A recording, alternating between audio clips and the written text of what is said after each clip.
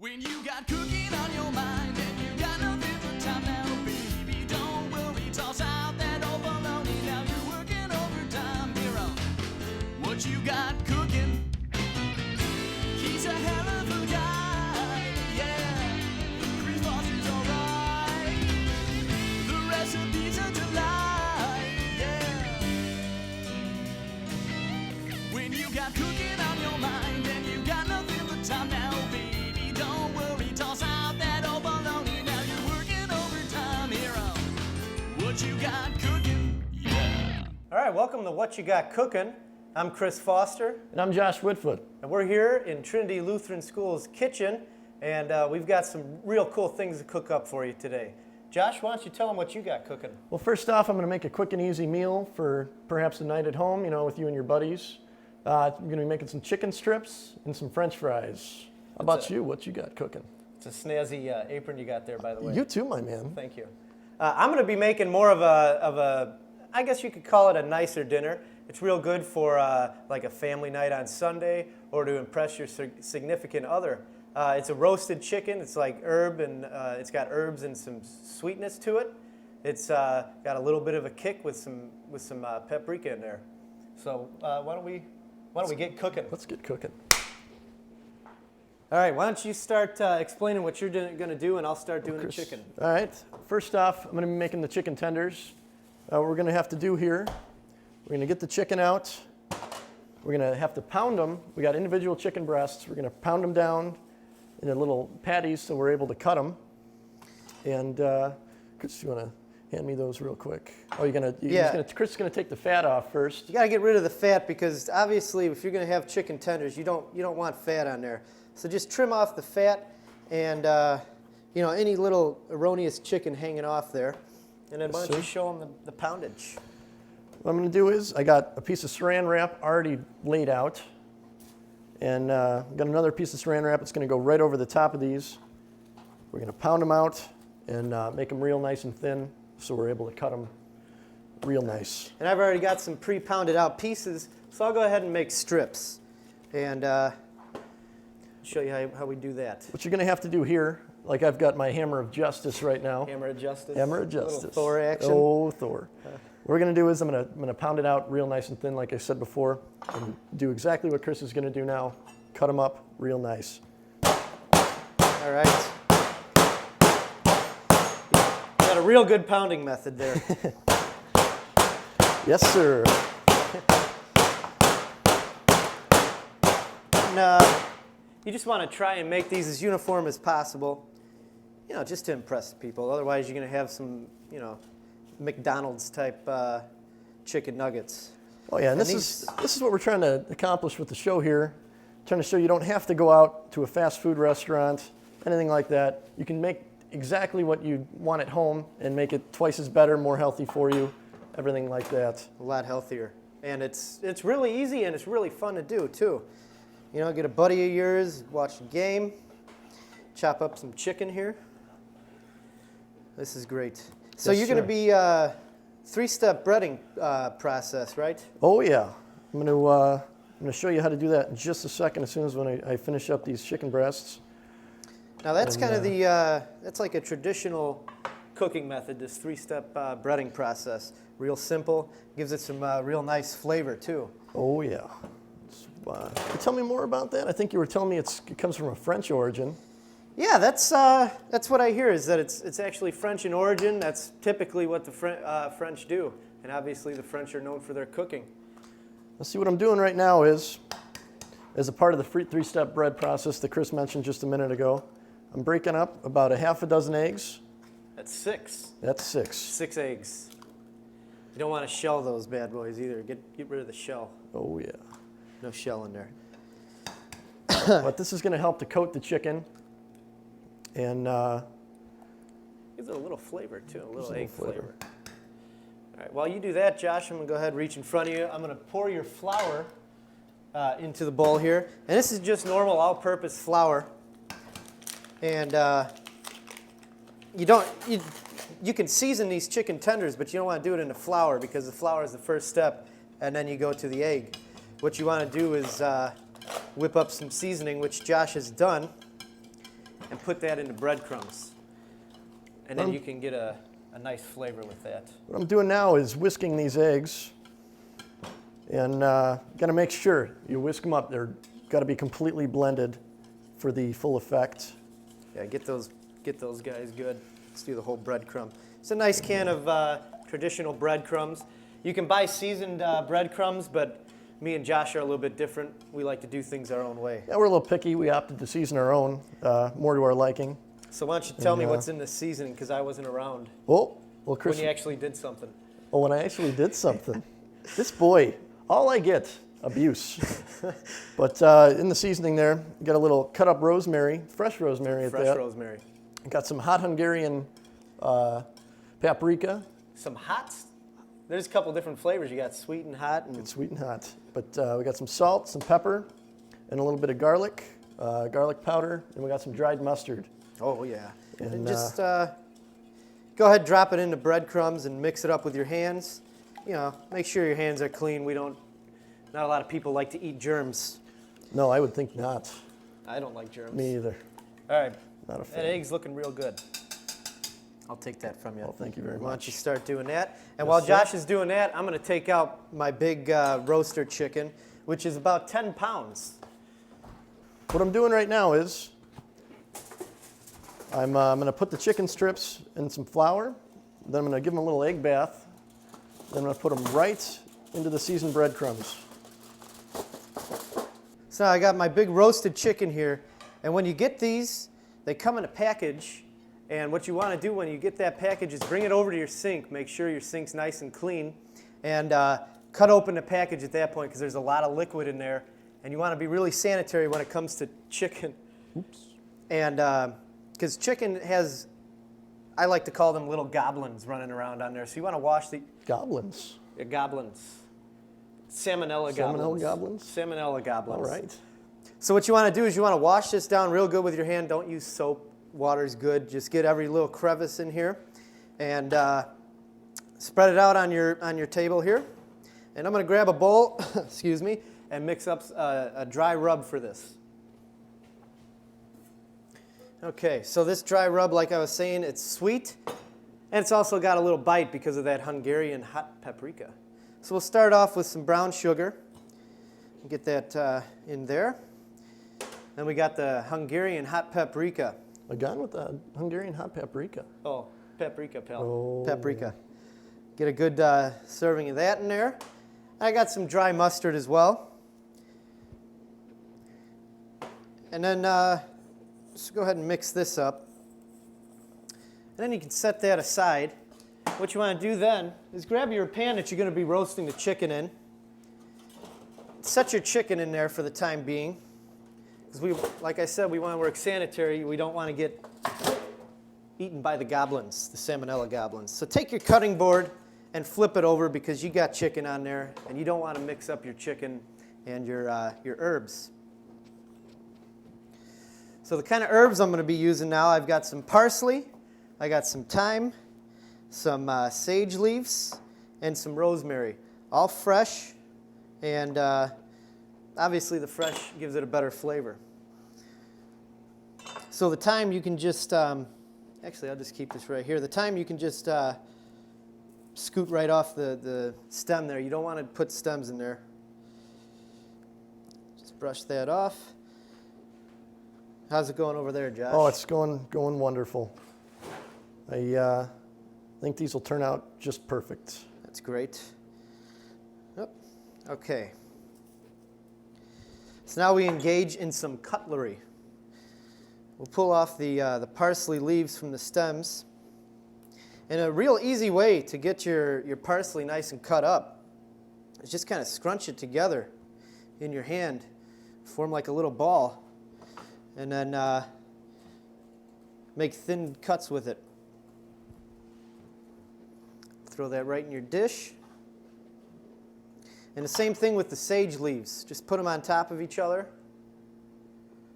roll them up, and then this method is actually called the chiffonade method.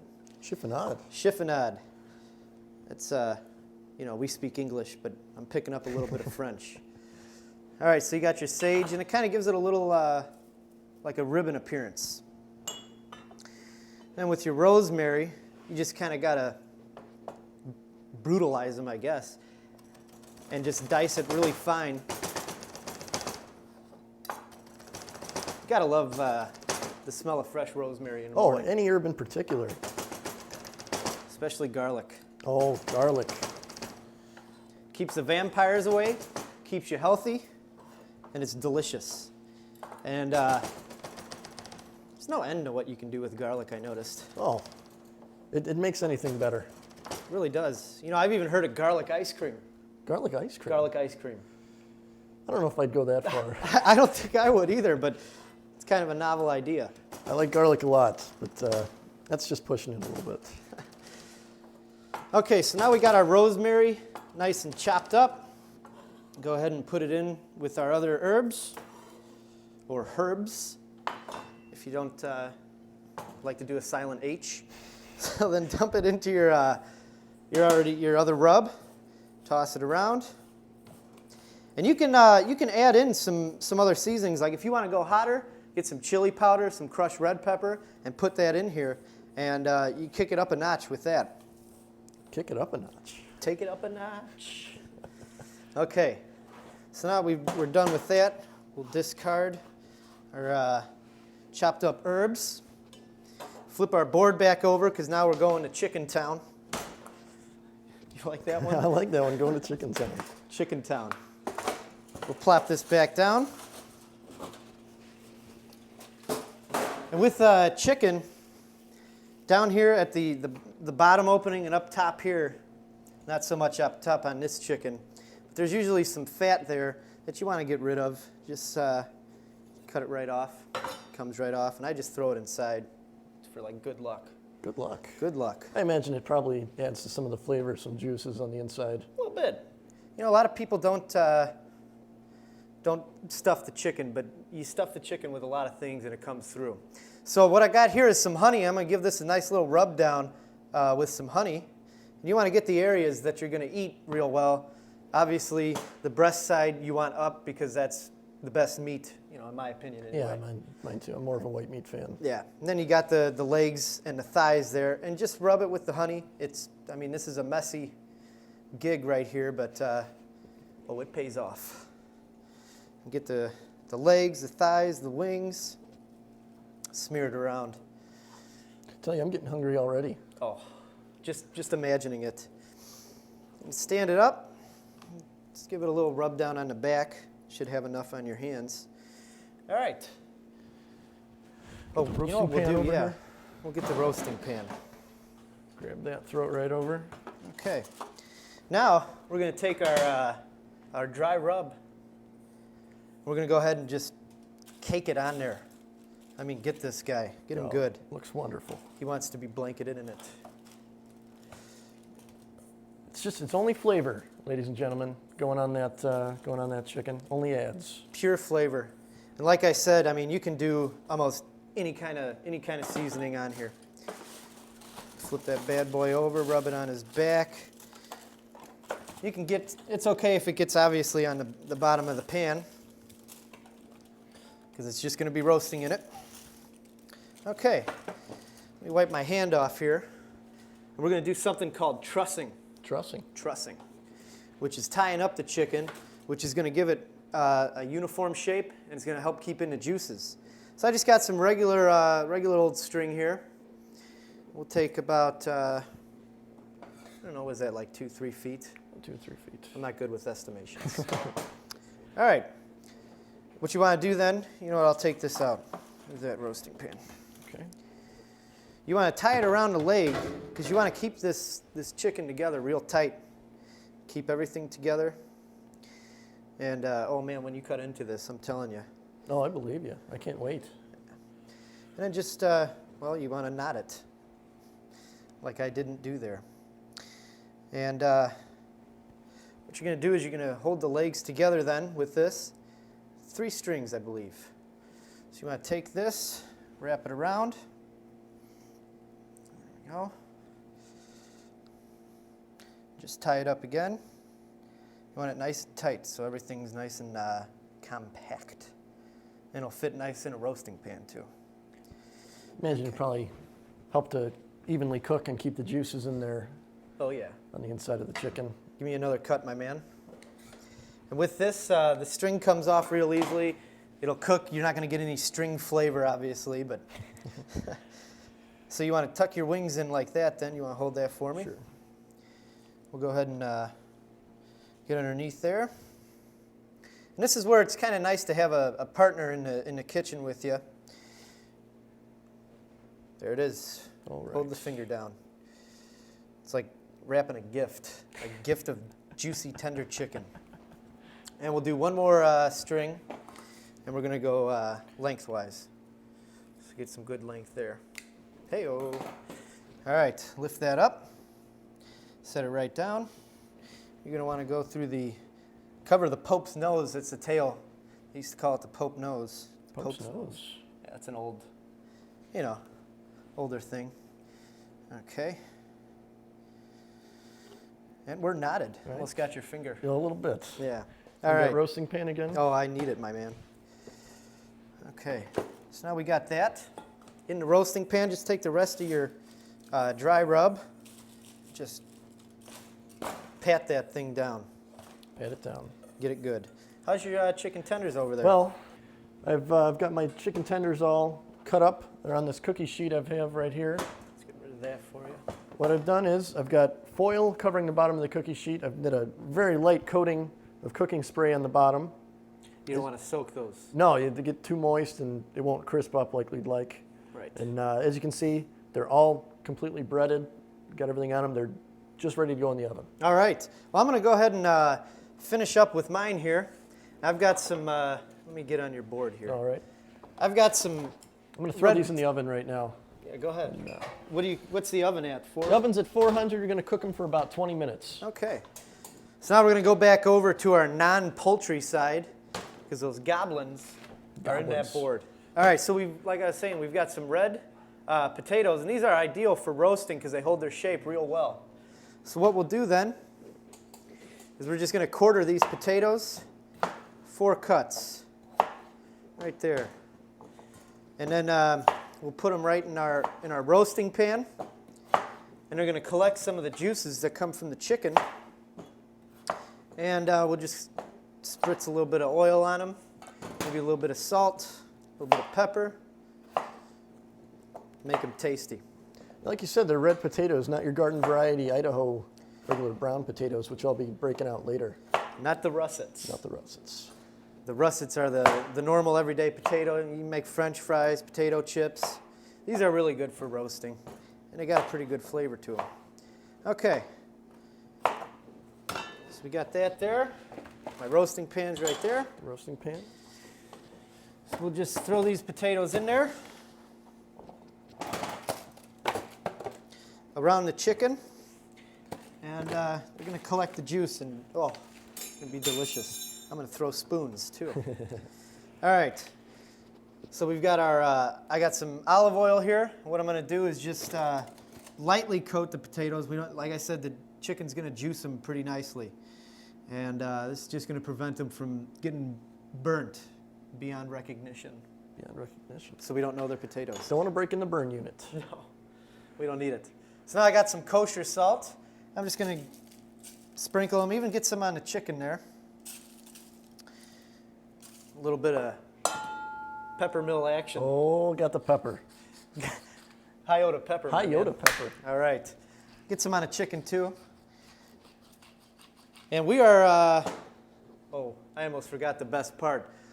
Earlier, I chopped up some garlic cloves, and I'm just going to sprinkle them liberally on the chicken. You can place them strategically as well in the folds of the thigh, underneath the wings. And then go ahead and drip them in with the potatoes. You cannot have too much garlic. No, I don't think we can ever sing the praises high enough. Praises are sky high for garlic. Stick some on the back there. All right, Josh, let me in your oven over there. All right. And again, this is 400 degrees. See if I can move this a little bit. And the neat thing is that there's a little thermometer in the chicken. So that kind of tells you when it's done. Usually it's about 2 hours. at 400 degrees, and there's a little thermometer that'll pop out. But what you want to do to protect your chicken from burning is you're going to cook it until it's a light golden brown. Then you're going to take a piece of foil and just place it over top. Make sure it's not touching the chicken, but just cover it and keep baking it, and then check it, in the intervals and see if the thermometer is done. Well, I think now we're going to let the food cook a little bit. We're going to be back in a few moments. We're going to show you how to make some French fries and some salad. French fries and salad. French fries and salad. Don't worry, toss out that old bologna. Now you're working overtime here on What You Got Cooking.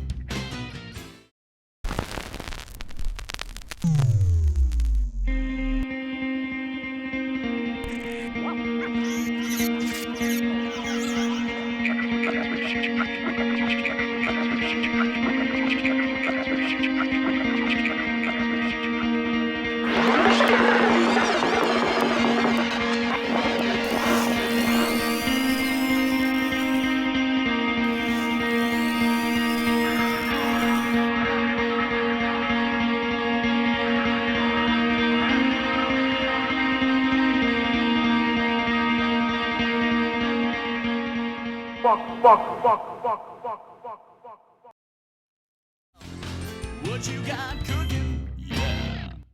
Well, welcome back to What You Got Cooking. Chris, what are you making up here? Welcome back.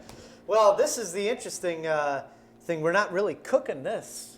We're just cutting up. We've got the normal salad ingredients. We got some iceberg lettuce, real crispy stuff, some green peppers and some cucumbers and some onions. And to make it a little bit fancier, I'm going to whip up a vinaigrette. Vinaigrette. Well, Chris, while you're getting started right away, I'm going to show what I've got going on. Got some general russet variety potatoes right now. We're going to be making the French fries. What I'm going to do is I'm just going to cut them lengthwise real quick, and then cut them into fry-shaped strips. If you want them a little thicker, you can make them thicker. Steak if you don't, fries. Exactly, steak fries. If you want them thin, you like your French fries real thin, you could do them up just like that. And as soon as I get done with these, I'm going to throw them in a deep fryer and just let them cook till golden brown. Golden brown. And that's just vegetable oil in there, It's too. just vegetable oil. Okay, so first thing I'm going to do with my vinaigrette, I got some Dijon mustard here, which gives it a nice little kick. I'll just scoop out a nice glop of it there with my knife. And then the interesting part is how you put the oil in. So you got your red wine vinegar. Actually, I hate lids. They're so restrictive.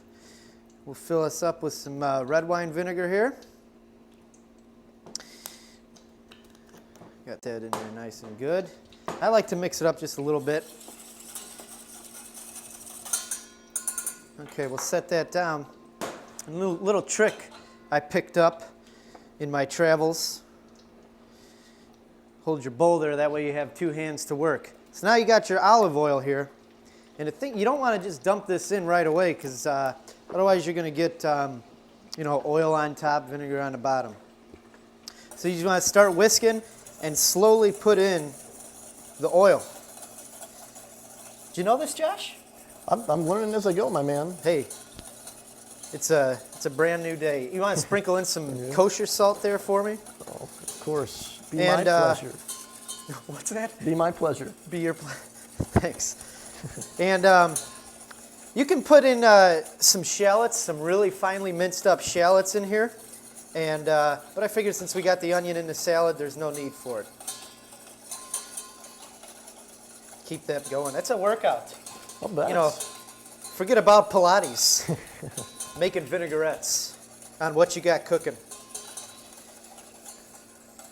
And it's mostly oil. It's about 3-to-1 ratio between vinegar and oil. I like that dinging. Oh, yeah. Okay. So now we got that finished oil or vinaigrette there. Just go ahead and Right over the salad? Of course, your hands are clean. Of course. Your hands are clean. I Oh, wash my hands. Completely washed up after that chicken from After before. that chicken. You don't need goblins underneath your nails. It's a loaded gun. Loaded gun. So you just get this vinegar in there nice and good. Sprinkle a little bit more kosher salt in there. I like kosher salt, I like to know that it's there. It's It brings thicker. out the flavor. A little bit of... More bigger crystals than the regular table salt. Thank you, Josh. Yeah? A little bit of pepper in there. And then we'll just go ahead and toss the salad around. Get a nice even coating. And then you brought me some Parmesan cheese, didn't you, Josh? Yes, I did, sir. Oh, I tell you what. Gonna break that open real What's a quick. salad without Parmesan cheese? Oh, you gotta have it. Or some Asiago Romano, mix it up a little bit. So you ready to get a little fancy with this? I'll get fancy. Want to get fancy? I like to toss it from a distance. It makes a little bit of a mess, but you're having fun then. And that's what cooking's about. It gives it a nice look, brings more flavor to the table. Oh, you know it. And just, there it is. Butte Magnificent. Is that what it is? It's Butte Magnificent. Great. All right, so the salad's done. We're gonna let these fries fry up, and we'll come back with a finished product, show you our chicken tenders, and Josh will tell you about some sauces. Be right back. What you got cooking? Yeah.